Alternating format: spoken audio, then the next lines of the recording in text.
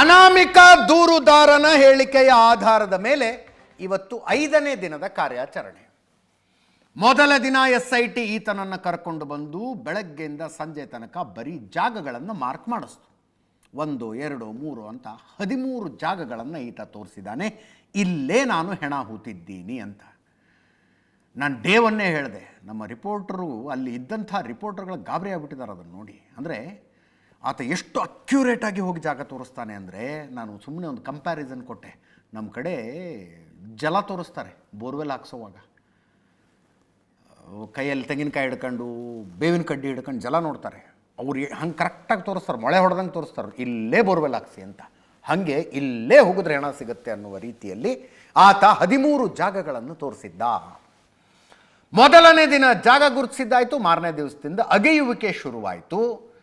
1 2 3 4 5 ಪಾಯಿಂಟ್ಗಳನ್ನಾಗಿದ್ರೂ ಕೂಡ ಏನೂ ಸಿಕ್ಕಿರಲಿಲ್ಲ. ಮೊದಲನೆಯ ಪಾಯಿಂಟ್ ಬಗ್ಗೆ ತುಂಬ ಕಾನ್ಫಿಡೆಂಟ್ ಆಗಿದ್ದಂತೆ ಅಪರಿಚಿತ ದೂರುದಾರ.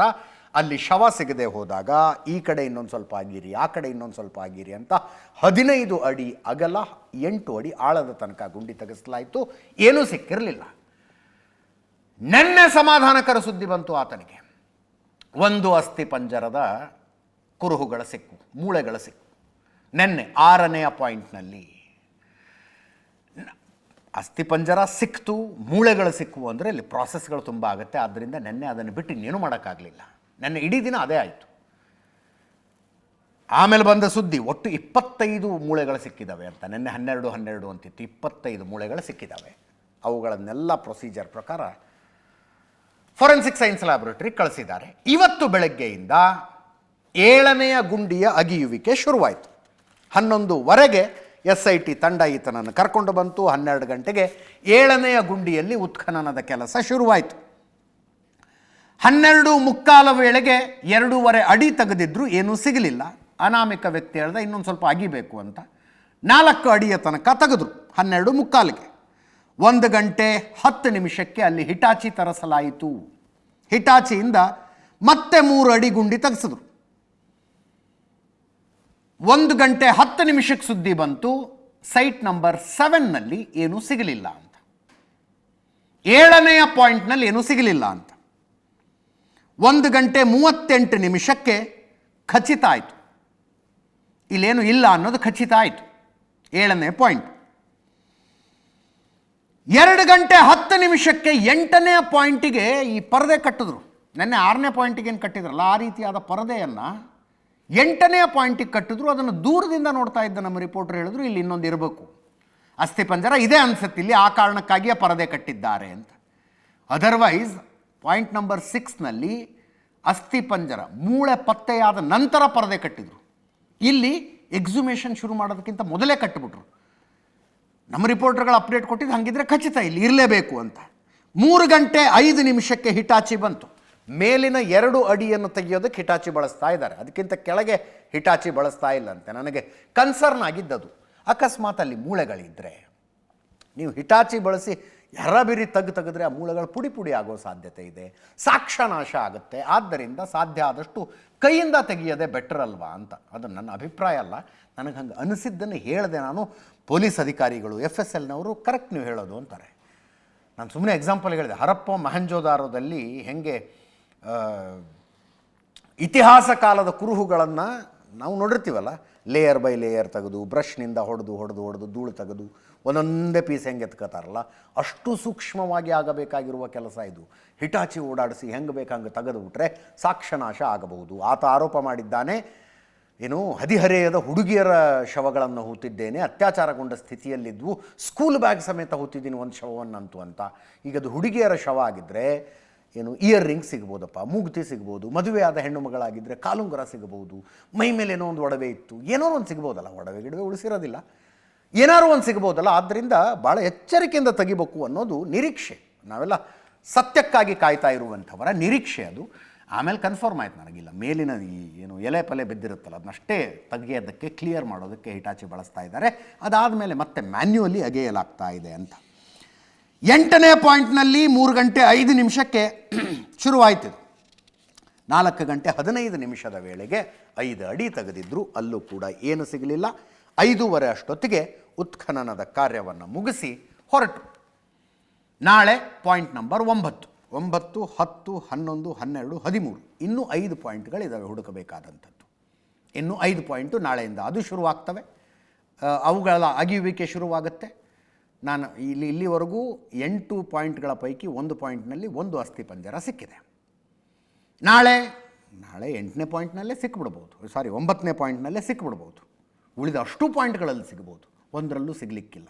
All possibilities are there. Point number 6ನಲ್ಲಿ 12 ಮೂಳೆಗಳು ಸಿಕ್ಕಿದ್ದಾವೆ ಅನ್ನೋ ಮಾಹಿತಿ ಬಂದಿತ್ತು. 12 ಅಲ್ಲ, 25 ಅಂತೆ. 25 ಮೂಳೆಗಳು. ಅವುಗಳ ಪೈಕಿ ಪಾಯಿಂಟ್ ನಂಬರ್ 1ನಲ್ಲಿ ಒಂದು ಪ್ಯಾನ್ ಕಾರ್ಡು, ಒಂದು ಕ್ರೆಡಿಟ್ ಕಾರ್ಡು, ಡೆಬಿಟ್ ಕಾರ್ಡ್ ಸಿಕ್ಕಿದೆ, ಒಂದು ಹರಿದೋಗಿರೋ ಬ್ಲೌಸ್ ಸಿಕ್ಕಿದೆ ಅಂತೆಲ್ಲ ವಕೀಲರ ಪ್ರೆಸ್ ನೋಟ್ ಆಗಿತ್ತು, ನೋಡಿದ್ದೀರಿ. ಅದನ್ನು ತೋರಿಸೋದಕ್ಕೆ ಅದರ ಬಗ್ಗೆ ನೆನ್ನೆ ವಿಷಯ ಹೇಳಿದೆ, ಇವತ್ತು ಮಾತಾಡಿದ್ದಾರೆ ಅವ್ರ ಮನೆಯವರು, ಅದನ್ನು ತೋರಿಸ್ತೀನಿ. ಅದಕ್ಕಿಂತ ಮುಂಚೆ ಸ್ಥಳೀಯರು ಇವತ್ತೇನಂತಾರಪ್ಪ ಅಂತ, 5ನೇ ದಿವಸದ ಎಕ್ಸಿಬಿಷನ್ ಏನಂತಾರೆ ಅಂತ. ಇದು ಇಲ್ಲಿ ಆಗುವಂಥದ್ದೆಲ್ಲ ಹೂವೆ ಎಲ್ಲ ಸುಳ್ಳು. ಒಂದು ಸಹ ಇಲ್ಲ ಅಂಥದ್ದೇನು ನಡೆಯಿಲ್ಲ. ಅತ್ಯಾಚಾರ, ಕೊಲೆ ನಡೆಯದ ಗ್ರಾಮ ಅಂತ ಒಂದು ಇದ್ದರೆ ಅದು ಧರ್ಮಸ್ಥಳ. ಇಲ್ಲಿ ಇಂಪ್ರೂವ್ಮೆಂಟ್ ನೋಡಿ ತಡೀಲಿಕ್ಕೆ ಆಗುದಿಲ್ಲಲ್ಲ. ಇನ್ನು ನಾವು ನಮ್ಮ ಹೆಗ್ಡೆಯವರು ಮಾಡುವಂಥ ದಾನ ಧರ್ಮದ ಕಾರ್ಯಕ್ರಮ ನೋಡಿ ತಡೀಲಿಕ್ಕೆ ಆಗುದು. ಅದಕ್ಕೋಸ್ಕರ ಆರೋಪ ಮಾಡ್ತಾ ಇದ್ದಾರೆ. ನಮಗೆ ತಿಳಿದ ಮಟ್ಟಿಗೆ, ನಾನು ಈಗ ಧರ್ಮಸ್ಥಳ ಹುಟ್ಟಿ 65 ವರ್ಷ ಆಯಿತು. ನಮಗೆ ತಿಳಿದ ಮಟ್ಟಿಗೆ ಯಾರ್ದು ಒಂದು ಕೊಲೆ ಧರ್ಮಸ್ಥಳದಲ್ಲಿ ಆಗಲಿಲ್ಲ, ಮತ್ತು ಯಾರಿಗೂ ಒಂದು ಅತ್ಯಾಚಾರ ಮಾಡಿದ ಜನ ಅಲ್ಲ. ನಮ್ಮ ಹೆಗ್ಡೆಯವರು ಅಂದರೆ ನಮಗೆ ದೇವರಿದ್ದಾಗೆ. ಅವರನ್ನು ನಾವು ದೇವರಂತಲೇ ಪೂಜೆ ಮಾಡ್ತೇವೆ ಹೊರತು ಬೇರೆ ಯಾವ ರೀತಿಯಲ್ಲಿ ಅವ್ರನ್ನ ಪೂಜೆ. ನಾನು ಅವನನ್ನು 15-20 ವರ್ಷ ಮೊದಲು ನೋಡಿದ್ದೇನೆ. 94, 95, 98, 2002ರಲ್ಲಿ ನೋಡಿದ್ದೇನೆ. ಅವನಿಗೆ ಇಲ್ಲಿ ಕೆಲಸ ಅಂತ ಗೊತ್ತುಂಟು. ಅವ ಆದರೆ ನನ್ನ ಮಂಡೆಯಲ್ಲಿಟ್ಟು ಅವನೇ ಆಗಿದೆ, ಇವನೇ ಅಂತ ಹೇಳ್ತೇನೆ ನಾನು. ಅವನೇ ಆಗಿದ್ದು ಹೇಳ್ತೇನೆ ನಾನು. ಅವ ಆಗಿದ್ರೆ ಅವ ಇಲ್ಲಿ ಬಂದು ಎಲ್ಲ ಬೀಳ್ತಾರೆ ನೋಡಿ, ಹೆಣ ಸಿಗ್ತದೆ ಬೀಳ್ತಾರೆ. ಅವರನ್ನು ತೆಗಿಸ್ತಿದ್ರು ಅವರು ಪೊಲೀಸ್ನವರು. ಅದು ಕಂಡ ನಾನು ನೋಡಿದೆ.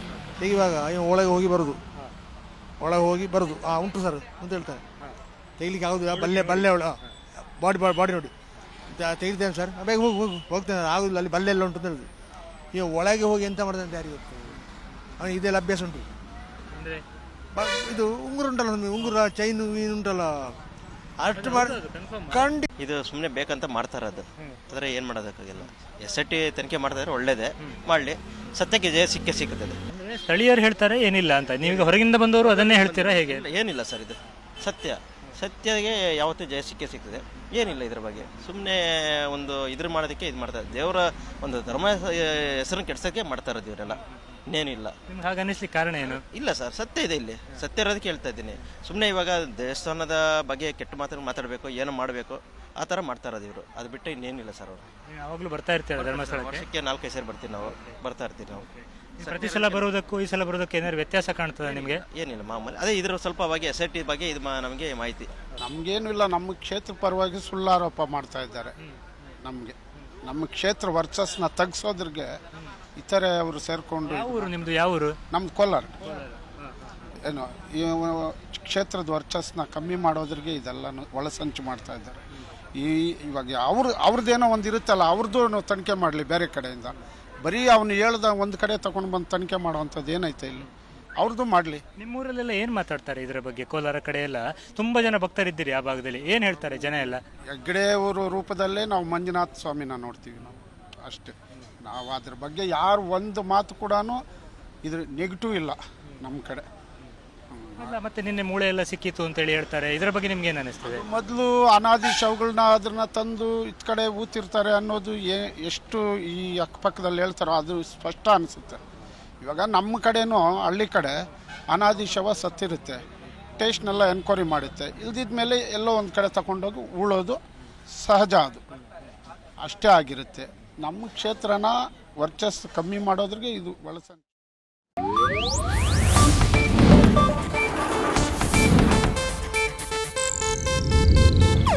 ಇದು ಏಷ್ಯಾನೆಟ್ ನ್ಯೂಸ್ ನೆಟ್ವರ್ಕ್ ಪ್ರಸ್ತುತಿ.